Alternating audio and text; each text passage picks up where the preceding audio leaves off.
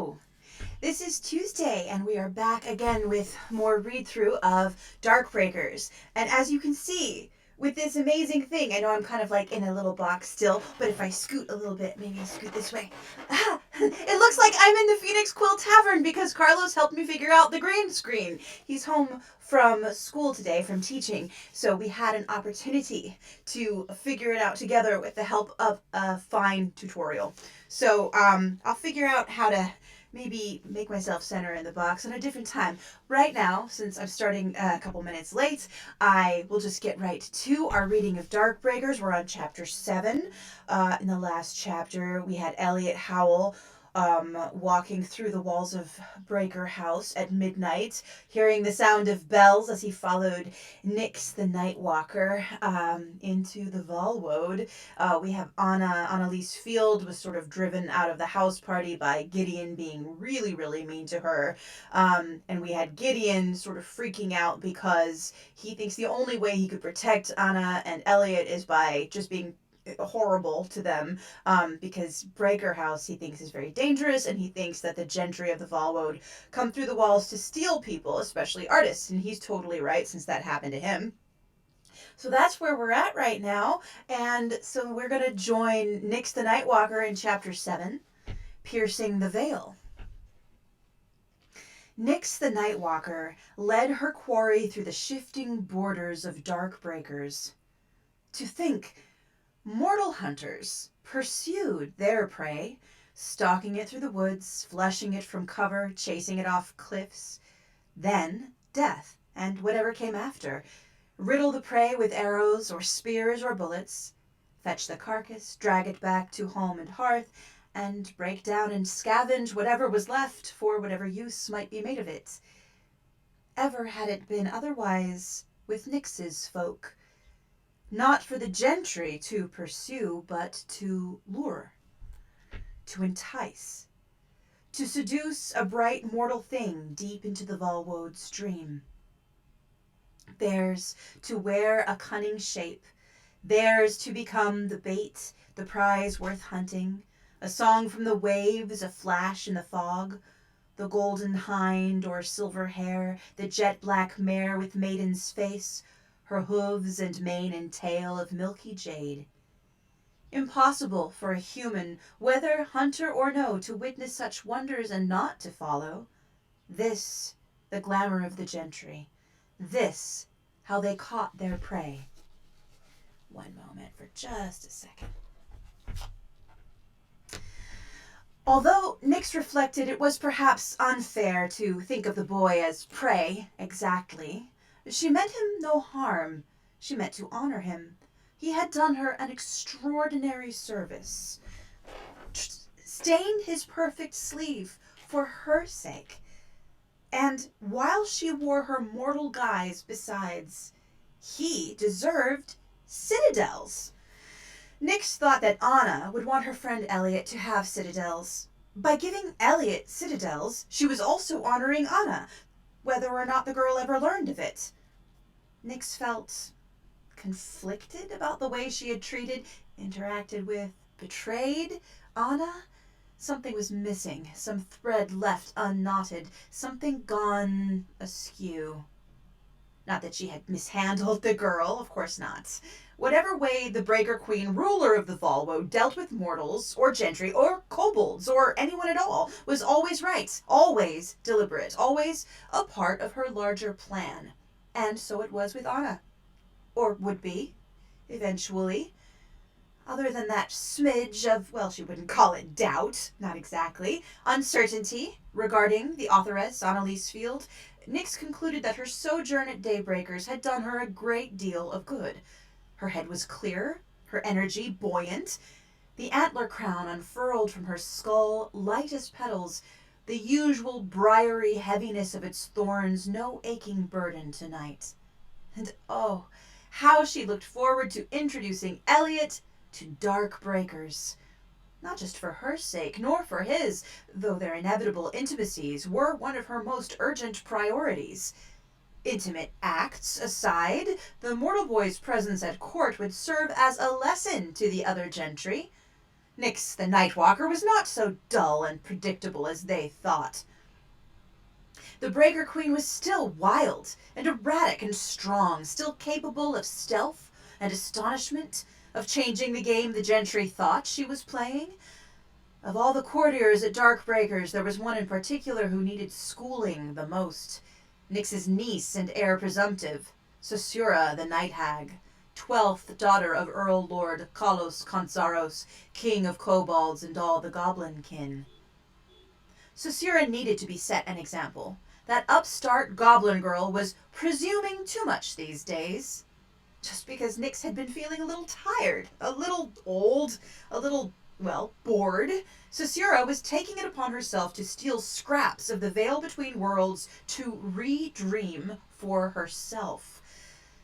At first it was just the edges, areas Sosura somehow imagined Nyx was neglecting, like some human dotard in her last doddering decline.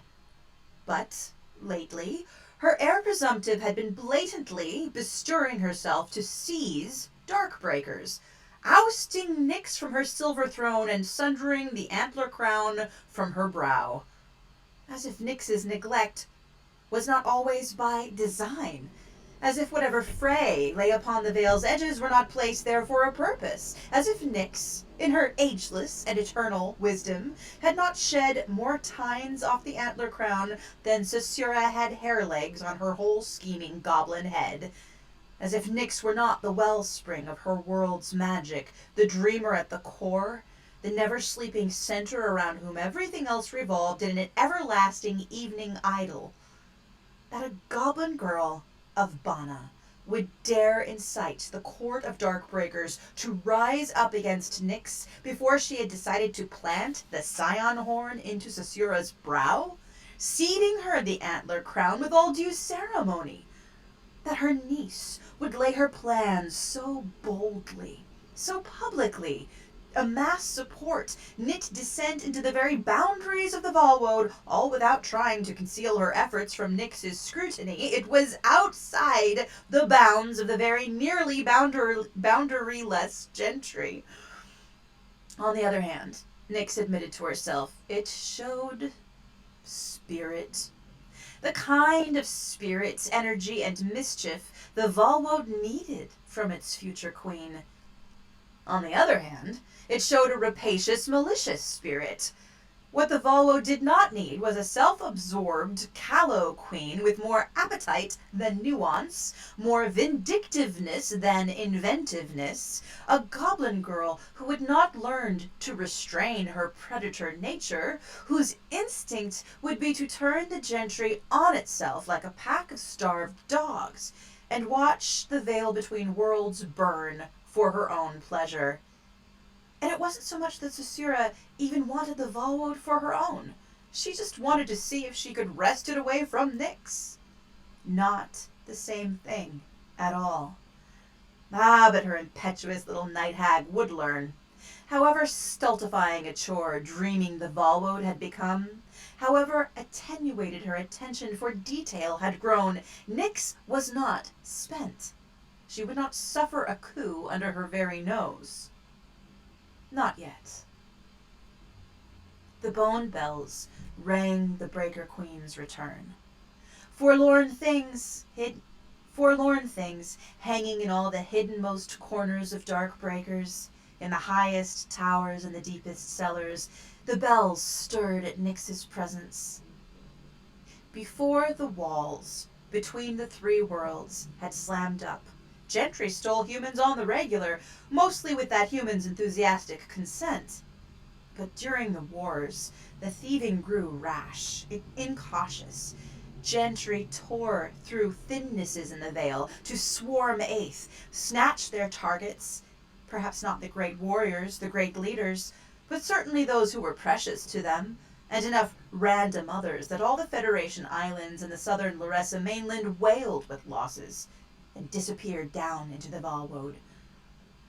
Once there, cruelest of all, they would loose their prey to wander, or worse, torment them almost unto death, or what passed for death in the veil between worlds, human flesh picked to cheesecloth translucence, Bones hollowed out like birds, identity drained, will sapped, memory ripped to rags.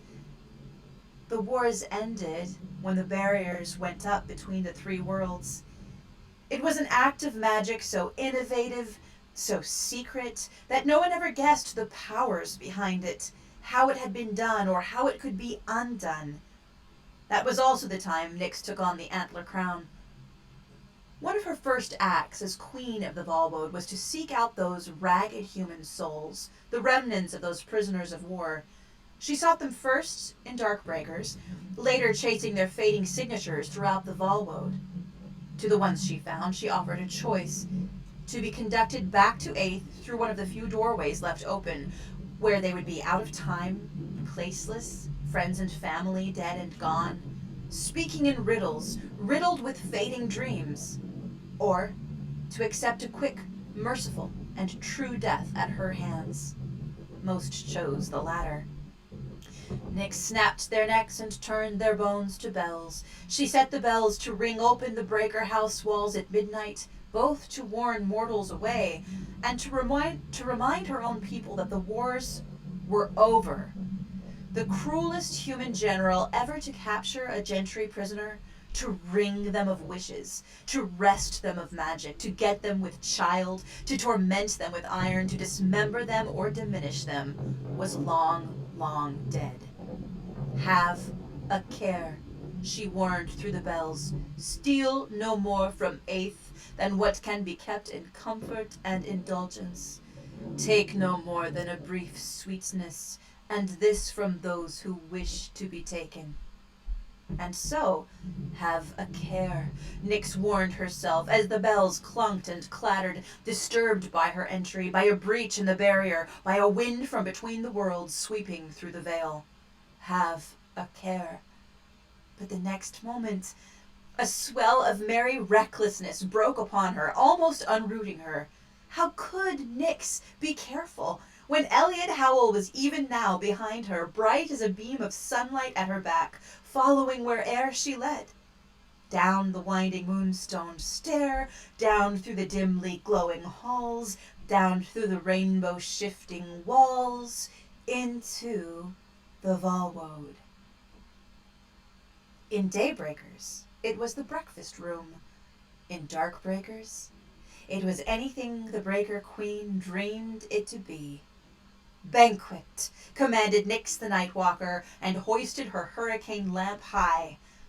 The lamp was no longer a vessel of glass, heavy with oil, a cotton wick unspooling into flame. It was a fallen star, balanced on her fingertips, a small blue dancer, cold and dazzling, with as many brilliant limbs as a bioluminescent sea star, passionately performing for its queen. By the light it cast, and the words Nyx spoke, a table emerged from the swift-moving mercury currents of the floor. The boards spilled over with fruits and fancy cheeses, salad greens and savory breads, briny olives, stuffed mushrooms and roasted viands, bowls of wine, pitchers of cream, saucers full of chocolate, foaming fountains of sherbet, and cakes and pastries as airy as clouds. Setting the star down as her centerpiece, Nyx hushed its glow to a spark. But hardly sated with a mere feast, she looked around and demanded, "Bower." From the floor, a dais of ivory and pearl melted up in reverse. Upon it sat a bed of sweet moss and velvety leaves, these heaped with masses of silken petals, thick and pink and soft as lips. Things like swan's wings stirred in the pile, wings separate from any bird, no sinew or talon or beak to disturb the downy bounty of their welcome, already shifting and rustling, ready to cradle or cover whoever came within their compass. Furs that never grew upon the backs of beasts, furs as individual entities, sentient and subservient, writhed and purred in piles of shaggy silver, spotted dawn, tawny amber, ermine pale, mink black, foxbrush red. The bed itself was prodigious enough to birth a dozen breaker queens, and enough attendant mortal artists to paint a mile-long mural of their ensuing orgy. Should the Breaker Queen but will it, the bed would grow to accommodate gentry courtiers, or goblin roués, or even crafty demons, or demigods of the seven hells or heavens, whom Nyx desired to join in the frolicking. The bed moved lightly like a boat rocked by waves. Would the boy be pleased? He was nearly here. He was here right now. Nyx knew it by his breathing. Mortals of Aeth often labored to breathe the dreaming winds of the Volwood. Here the air was but the idea of air. It might as easily be mistaken for fire or fog or a mouthful of snow or lava. The trick was to imagine that the air was air, and then it was. For mortals who lacked the requisite imagination, this lack of air would quickly kill them. Eliot's breathing was labored, Nyx noted, but he was breathing. She could smell the sweat on him. She did not have to conjure it from some half-forgotten memory. It was just there for her taking. Salt and ozone, turpentine, charcoal, soap, hope, sunlight, panic. Panic? That would not do. She turned to face him, still clad for the most part in her human glamour, and smiled in welcome. At the sight of her, at once, Eliot's breathing eased. His shocky attention, which had been flying around, trying to alight on everything at once, funneled down to focus on her face. His sweat began to cool. But his breathing was still too shallow, not good enough. Nyx drew in a deep inhalation. She loosed it again and again. She lifted her arms, let them drift down, conducting a symphony of breath. The quicksilver floor took on her rhythms. The furs and wings upon the bed, the flower petals and the moss, all moved together to show Eliot Howell how sweet were these Volwoad airs, how calm and clean, how easy the dream of breath.